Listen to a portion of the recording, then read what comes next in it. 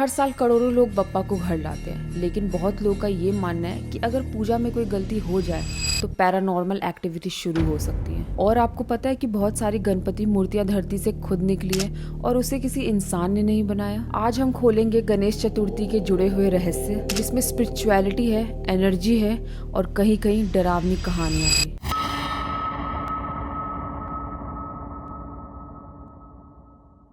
सबसे मशहूर कहानी, माता पार्वती ने अपने शरीर के उपटन से गणेश जी की रचना की और उन्हें द्वार पर पहरेदार बना दिया। भगवान शिव को जब उन्होंने अंदर जाने से रोका तो क्रोध में आके उनका सिर काट दिया। लेकिन असली रहस्य तो ये है कि हाथी का ही सिर क्यों लगाया गया।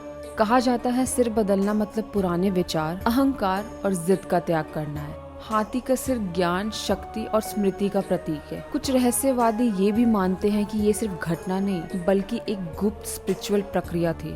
यानी गणेश जी सिर्फ एक देवता नहीं, एक कॉस्मिक एनर्जी है जो विघ्न यानी बाधाओं को हटा देती है। क्या आप जानते हैं कि गणेश जी की मूर्ति सिर्फ भारत में ही नहीं मिली? कंबोडिया के अंगकोर मंदिर में विशाल गणेश मूर्ति की प्रतिमा है। इंडोनेशिया और थाईलैंड में आज भी गणेश जी की पूजा की जाती है। और दक्षिण अमेरिका में कुछ कार्विंग ऐसी मिली है जो हाथी के मुख जैसे देवता की मिलती जुलती है। कई रिसर्चर्स का ये मानना है कि गणेश एक कॉस्मिक ट्रैवलर थे जिनकी एनर्जी पूरी दुनिया में वाइब्रेशन छोड़ गई। भारत में कई जगह गणेश जी की मूर्तियां धरती से खुद प्रकट हुई हैं, जिन्हें स्वयं गणपति कहा जाता है। महाराष्ट्र का गणपति पुले, जहां समुद्र किनारे चट्टानों से गणपति जी की आकृति अपने आप उभरी है। पुणे का थ्योर मंदिर, जहां विश्वास है कि गणेश जी स्वयं निवास करते हैं। तमिलनाडु का ऊंची पिलायर टेम्पल, यहाँ माना जाता है कि गणेश जी ने स्वयं आके यहाँ पे अपनी उपस्थिति छोड़ी। वैज्ञानिक आज तक ये समझ नहीं पाए ये आकृतियाँ प्राकृतिक चमत्कार हैं या दिव्य हस्तक्षेप। त्योहार में जहाँ चारों तरफ भक्ति होती है, वहीं कुछ डरावनी कहानियाँ भी सुनने को मिलती हैं। कई परिवारों का ये दावा है अगर विसर्जन ढंग से ना हो तो काफी सारी अजीब घटनाएं घर पे होती हैं। अचानक से चीजें गिरना, आधी रात को घंटियों की आवाजें आना और सपनों में मूर्ति की आंखें खुली दिखना।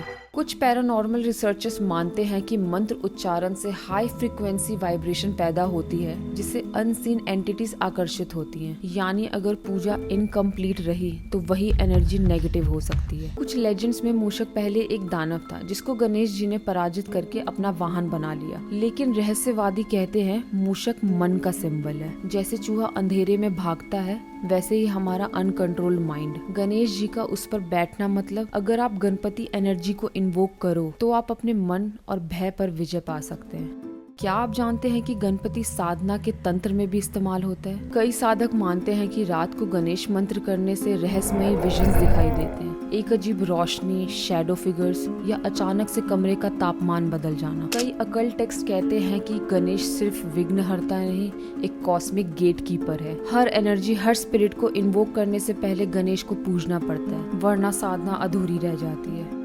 गणेश चतुर्थी का त्योहार हमें सिर्फ खुशी नहीं देता पर एक लाइफ लेसन भी सिखाता है। मूर्ति मिट्टी की क्यों बनाई जाती है? कि हमें याद रहे कि कुछ परमानेंट नहीं है। 21 मोदक क्यों चढ़ाए जाते हैं? क्योंकि 21 इंद्रियां को कंट्रोल करने का सिंबल है। हर पूजा गणेश से ही क्यों शुरुआत होती है? क्योंकि एक कॉस्मिक गेटवे है। त्योहार के 10 दिन हम घर में पॉजिटिव ऑरा भरते हैं और विसर्जन हमें डिटैच करना सिखाता है। यानी सब कुछ एक दिन नेचर में लौट जाना है।